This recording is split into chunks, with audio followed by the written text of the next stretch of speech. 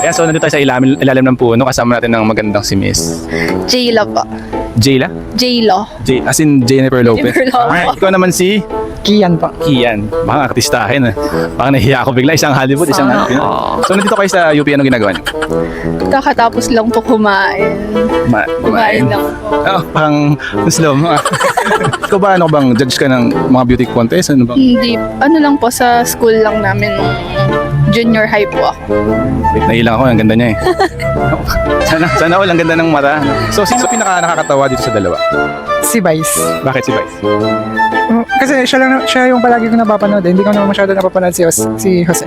Anong meron kay Vice ganda na nakakatawa pa kasi? Ugali niya. Salita. Yung way niya ng kung paano niya i-deliver yung mga jokes. Okay, ikaw naman. Sino naman yung mas nakakatawa pa kasi sa dalawa? Mas napanood ko yung Itbulaga gawa ng parents ko. So for me, si Jose. Ayan, si Jose. Bakit si Jose? Talo na nung sobrang boom nung Aldab.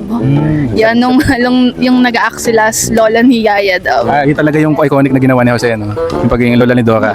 Ano pang naalala mo kay Jose na hindi mo makalimutan? Siguro, yung nahulog siya sa Ay, nahuli. Nagiging lalaki si Vice ganda. So sa dalawa, sino yung mas jojowain mo naman? Siguro si Vice. Vice, bakit? Kasi ngayon, di ba, may jowa siya si Ayon. May jowa. Yan. Parang mukhang sobrang caring niya. Tapos protective siya sa mga kanya. Doon ba yung jowa mo ngayon? Okay. Binibigyan niya ba lahat? Ikaw ba binibigyan mo lahat? Naniniwala ba kasi sinabi ni Fiang na the best yung batch nila? Hindi. Hindi. So sino bang the best batch para sa'yo? Yung kila Atik lang. Masaya yung ano nila. Tsaka andun si Esnel, nakakatawa din. Anong moment doon yung pinaka-paborito mo? Yung nag-ano si Atik lang kay Dustin. Yung nag-OA. Ayaw mo ba ng mga love team?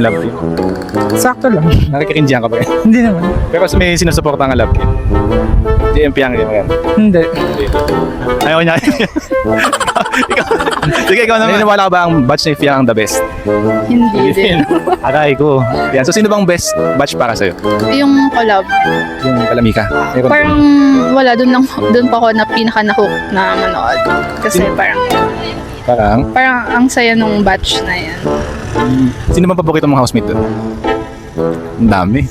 Ang dami naman. Kalimutan ko din. Si Maymay.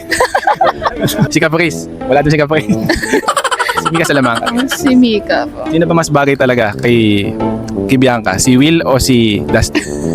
Siguro si si Dustin. Kasi Kasi? parang ang bata ni Will for Bianca.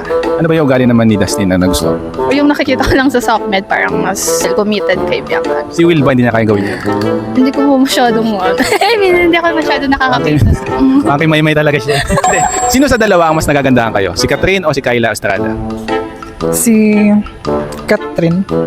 Si Catherine. Final answer? Baka may Katla eh. Bakit si Catherine? Mas nagaganda na kay Catherine. Sa tukad ganyan. Mas bagay ba si Catherine para kay DJ? Ewan ko. Wala, hindi. Kasi hindi naman ako fan nila. Aldab ka ba? Sige, sino mas bagay para kay DJ? Si Catherine o si Kyla Estrada? And bakit? Ikaw na lang. si Catherine. Kasi? Parang Ikaw? Kasi? Kasi Talaga wala, naman. parang hindi ko pa nakikita na may bagong partner si DJ, kaya parang hindi ko pa nakikita na mas bagay sila ni Kyle. Sino mas best face card? Si Red Bedonia or si MJ Encabo? And bakit? Mas nagagandahan ako kay MJ. Uy, bakit? Yung features lang ng mukha na. Kasi kay Red, cute yung kay MJ parang Filipina beauty ganun. Anong nag-stand out na mukha ni MJ? Yung ilo. Yung mata niya. Yung mata niya. Anong meron? Meron bang muta? Ano? Maganda. Describe mo naman. Baka naman meron. Ikaw makilit yung tao. Baka makakita na lang bakit si MJ. Parang mas natural kasi yung face ni MJ. Kaya pa ba? Okay.